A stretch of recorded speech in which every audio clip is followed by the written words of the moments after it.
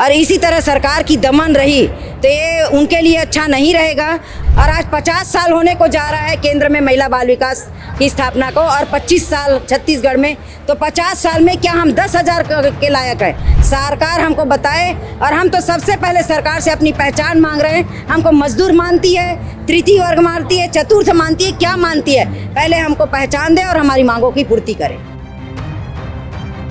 गांव में ऐसी कई योजनाएं हैं जो दीदी, उस जगह में हम लोग को शासन के माध्यम से इतना दबाव रहता है, अगर कोई योजना अगर नहीं पहुंचेंगे तो देखो हमारे बीच में एक बस्तर की जो कार्यकर्ता है जो सस्पेंड हो गया।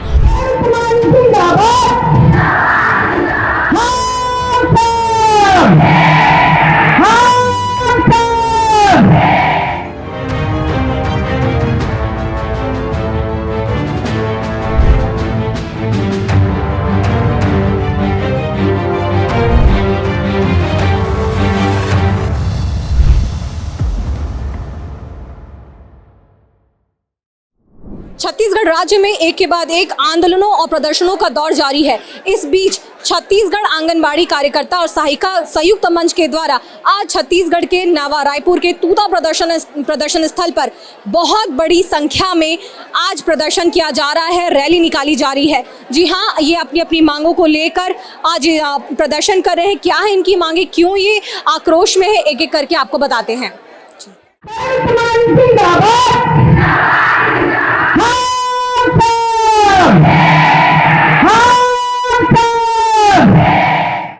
चलिए आंगनबाड़ी सहायिकाओं की जो प्रांताध्यक्ष सरिता पाठक जी, उनसे बात करने की कोशिश करते हैं कि क्या इनकी प्रमुख मांगे हैं।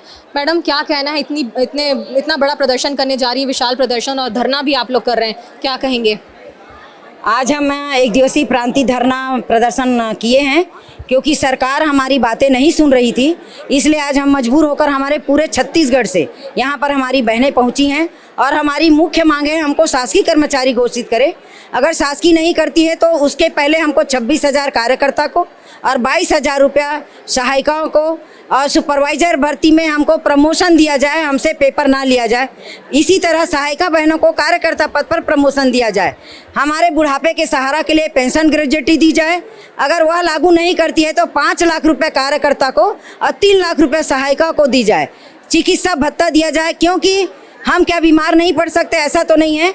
और अभी सरकार की एक रवैया हो रही है, जो भी आवाज़ उठा रही है, जो भी लड़ाई लड़ रही है, उसको बर्खास्त कर दिया जा रहा है और उनको लेने के लिए तैयार नहीं हो रहे हैं। उसके लिए भी हम बहुत जल्द उन्हीं का मांग लेकर आएंगे। और इसी तरह सरकार की दमन रही तो ये उनके लिए अच्छा नहीं रहेगा। और दीपावली पूर्व अगर हमारी मांग पूरी नहीं होती, घोषणा नहीं होती है, तो आज के बाद बहुत जल्दी हम बैठक करेंगे और उस बैठक में एक रणनीति बनाएंगे और बहुत जल्दी अनिश्चितकालीन हड़ताल पर हम इस तूता स्थान पर पूरे छत्तीसगढ़ से उपस्थित होंगे।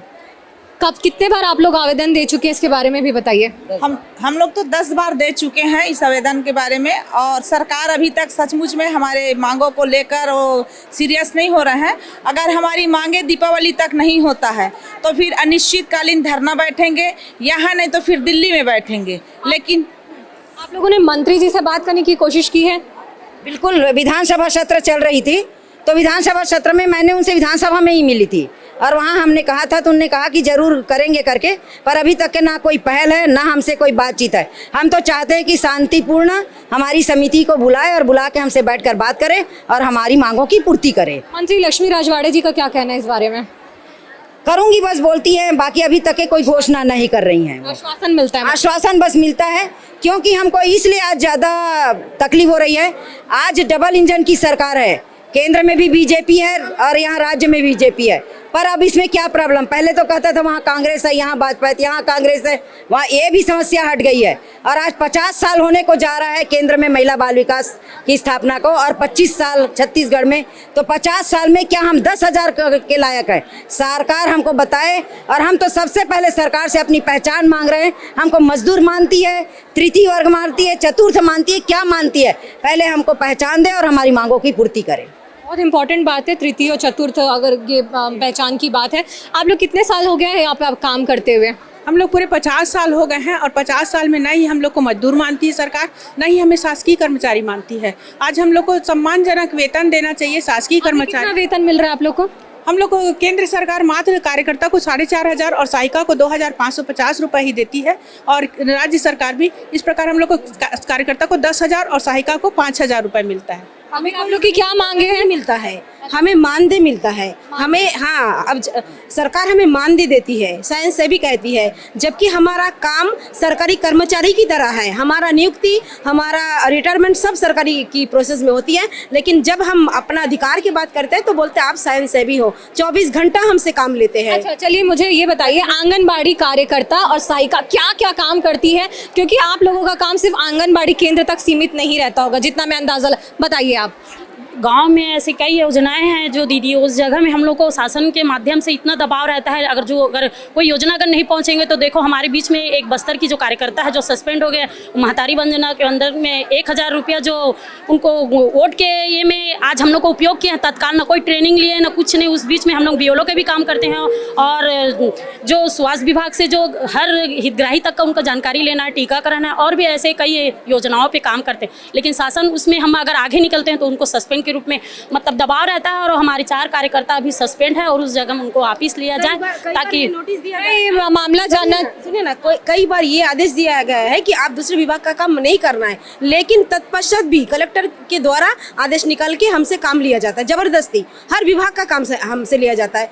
जैसे मैं अभी बर्खास्त हूँ 4 महीना से, तो सरकार के पास जैसे हम अपना अधिकार की बात करते हैं, आंदोलन करते हैं, अभी तो ये भी बोला जा रहा है कि आप आंदोलन नहीं कर सकते। हमारा लोकतांत्रिक का जो अधिकार उसका हनन हो रहा है, हमारा मौलिक अधिकार का हनन हो रहा है, तो ये बिल्कुल आंदोलन किया जाना चाहिए। आपका इस बारे में क्या कहना है? जी, मैं तो 100% समर्थन करती हूँ। मैं अपने संयुक्त मंच के बैनर तले जो हड़ताल चल रहा है उसका, क्योंकि हम लोग आज 50 वर्षों से लड़ाई लड़ रहे हैं अपने उसके अधिकार के लिए, लेकिन हमको वो अधिकार नहीं मिल पा रहा है जो मिलना चाहिए।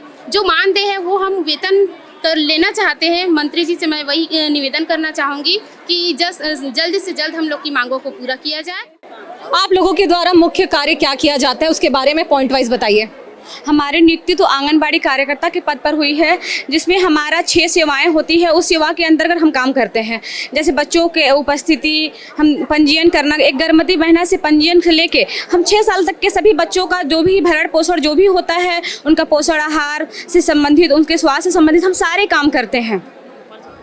और उसके अलावा क्या क्या कार्य करवाया जाता है आप लोगों से? उसके अलावा हम स्वास्थ्य विभाग का भी काम करते हैं, टीकाकरण में भी सहयोग करते हैं, जैसे पल्स पोलियो हो गया, टीकाकरण हो गया। स्वास्थ्य विभाग से जो भी जैसे एनआरसी बच्चों को ले जाना, पूरा बच्चों को कुपोषित बच्चे हैं तो उनको एनआरसी तक पहुंचाना, उनकी पूरा रिपोर्ट तैयार करना। उसके बाद अभी बीएलओ का काम, हम निर्वाचन जैसे महत्वपूर्ण काम हम बीएलओ का कर रहे हैं। अभी भी हमारे ऊपर एक काम आया है, जैसे सत्यापन 2003 की सर्वे सूची से मिलान कर रहे हैं हम 2025 का, तो उसमें हमको बहुत सारी दिक्कत आ रही है। सिर्फ 2 दिन में काम करके दो, सरकार ऐसे कई कितना सारा चीज़ हम हमारे काम के लिए निकाल रहा है। मतारी वंदन निकाल दिए, मातृवंदन योजना निकाल दिए, ऐसे करके बहुत सारी योजना निकाल रहे हैं जिसको हम पूरे ईमानदारी से उसको निभा रहे हैं। कितना घंटा लग जाता होगा ये सारे काम करते करते आप लोगों को दिन भर में? अभी का तो काम है 9:30 बजे से 3:30 बजे हम लोग का टाइमिंग है, लेकिन उस बीच में पूरा रात भर मतलब 10 साढ़े 10 बजे तक का पूरा ऑनलाइन खुला रहता है। उसी में हम लोग को इतना दबाव रहता है कि मतलब 10 बजे तक पूरा काम करके देना है ऑनलाइन।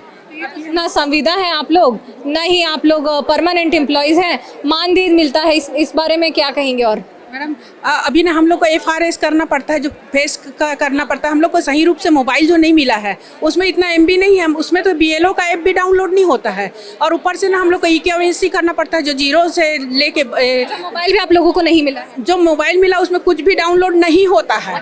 मिला है 10,000 रुपया में सैलरी में हम लोग के घर परिवार चलाएंगे कि 40,000 का मोबाइल पकड़ेंगे, तो सरकार को यही कहते हैं कि हम लोग जीने लायक वेतन दिया जाए ताकि अपने परिवार को जो 1 लाख रुपया लेते हैं वो मिलते हैं, लोग अपने परिवार को जैसे अच्छे फैसिलिटी देते ताकि हम लोग भी अपने बच्चे को फैसिलिटी दे सके। मैम, जैसे आज हमारा जो नियुक्ति हुआ था, वो जिस काम के लिए हमारा नियुक्ति हुआ था उस काम को आज बढ़ाते हुए इसको सोशल मीडिया तक हमको लाया गया है। एक ऑपरेटर की तरह हमको काम कराया जा रहा है। आज हमको हमारा फोटो कैप्चर करके हमारा उपस्थिति लिया जा रहा है। कहीं ना कहीं हम इसके लिए बाध्य नहीं है, क्योंकि सरकार हमको एक मान सेवी के रूप में अपना काम कराया है, और आज ऐसा हो रहा है कि हमको एक सरकारी कर्मचारी से भी अधिक काम करना पड़ रहा है। तो हम सरकार से बार बार यही निवेदन कर रहे हैं कि जल्द से जल्द हमको सरकारी कर्मचारी घोषित करें, और सरकारी कर्मचारी में जो भी बुनियादी सुविधाएं दी जाती है उनको सारा बुनियादी सुविधाएं हमको दिया जाए। हम लोग का समस्या तो है कम वेतन है और हम लोग का बच्चे लोग को पढ़ाना लिखाना है, उसमें पैसा खर्चा नहीं पूरता है। 2-2.5 हज़ार मिलता होगा आप लोग को। मानदेय 10,000 मिलता है, लेकिन 10,000 में क्या चलेगा मैडम। हमने यहाँ पर बहुत सारी आंगनबाड़ी कार्यकर्ताओं सहायिकाओं से बात करने की कोशिश की। इनके में इतना ज़्यादा डर बैठा हुआ है कि वो अपनी बातें ठीक तरीके से कैमरे में बोल भी नहीं पा रही है। पता नहीं सरकार इनकी बातें कब सुनेंगी, क्योंकि यहाँ पर अभी हमें जिस तरीके से बताया गया कि जशपुर से 4 से 4.5 हज़ार महिलाएं यहाँ पर आई थी। ये वही जगह है जहाँ पर मुख्यमंत्री विष्णुदेव साय इसी इलाके से चुने गए हैं और उनका ही इलाका ये है।